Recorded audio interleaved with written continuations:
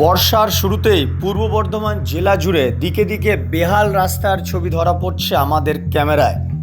এখনই আমরা যে ট্রেলার দেখতে পাচ্ছি, আগামী সমগ্র বর্ষা জুড়ে কি ঘটতে চললো সাধারণ মানুষ বুঝতে পারছে। সকালেই আমরা দেখিয়েছিলাম মঙ্গলকোটের গতিষ্ঠা অঞ্চলের বেহাল রাস্তার ছবি। আমরা এখন যে ছবি তুলে ধরছি ভাতারের বরবেলুন এলাকার। ভাতারের বরবেলুন দক্ষিণ পাড়া নবগ্রহ তলা থেকে শুরু হয়ে যে রাস্তাটি পৌঁছে গেছে বরবেলুন দক্ষিণ ঠাকুরুন দিঘির পাড় এলাকায়।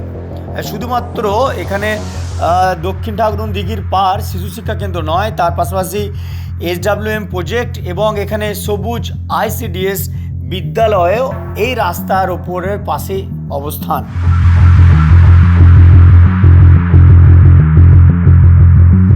শুরুতেই আমরা যে কথা বলছি যে এই যে রাস্তা যে বেহাল দশা হয়ে আছে, এই পরিস্থিতি থেকে একদিকে যেমন ছাত্রছাত্রীদের তো সমস্যা হচ্ছেই, তারা এই যে বিদ্যালয়ে তাদের পৌঁছাতে, পাশাপাশি SWM যে প্রজেক্ট আছে সেই প্রজেক্টে কিন্তু বর্জ্য পদার্থ নিয়ে যেতেও কিন্তু সমস্যা।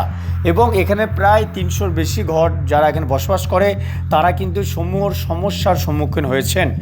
আর দু একদিনের মধ্যেই কিন্তু বর্ষা ঢুকতে চললো আমাদের বাংলায়। বর্ষা ঢোকার আগেই যে পরিস্থিতি, যে ট্রেলার আমরা দেখতে পাচ্ছি সমগ্র বাংলা জুড়েই, তার মধ্যে পূর্ব বর্ধমান জেলার বেশ কিছু ব্লকে আমরা যে ছবি দেখতে পাচ্ছি, আগামী বর্ষাতে কি ঘটবে তার কিন্তু একটা আভাস আমরা দেখতে পাচ্ছি।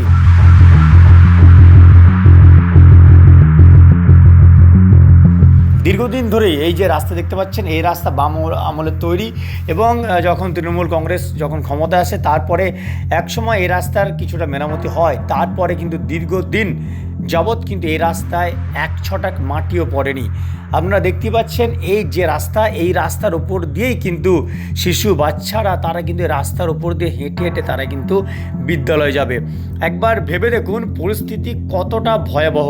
ওই যে বাচ্চা, যে 2 বছর কি 3 বছর বাচ্চা, সে যখন এই রাস্তা দিয়ে হেঁটে যাবে তার যে কোনো সময় দুর্ঘটনা ঘটারই কিন্তু আশঙ্কা থাকছে।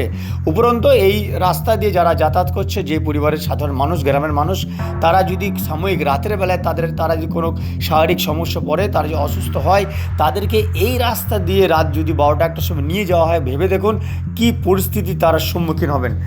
মাননীয় মুখ্যমন্ত্রী তিনি কিন্তু বিভিন্ন সময় রাস্তা নিয়ে পথশ্রী সহ বিভিন্ন প্রকল্পের মাধ্যমে রাস্তার উন্নয়ন ঘটানোর তিনি চেষ্টা করছেন, কিন্তু সেই উন্নয়নের ছিটে ফোটাও কি প্রত্যন্ত অঞ্চলে গ্রামে এসে পৌঁছাচ্ছে?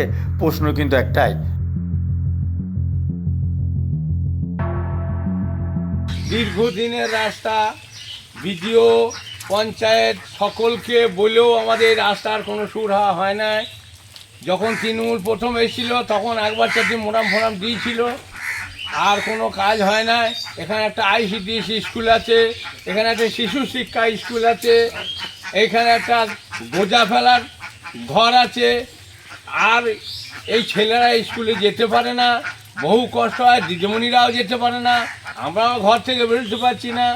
কোনো রকমের যদি একটা কোনো কারো অসুখ বিষয় হয় রাত্রেবেলায় বেরোতে পারবে না, এই তো অবস্থা। রাস্তায় ধান রোয়াতে হবে আমাদের, আর এত বললেও আমাদের রাস্তা হয় না। আমাদের আবেদন যাতে রাস্তাটা ভালোভাবে হয়, তার জন্য আমরা সরকারের কাছে আবেদন জানাই।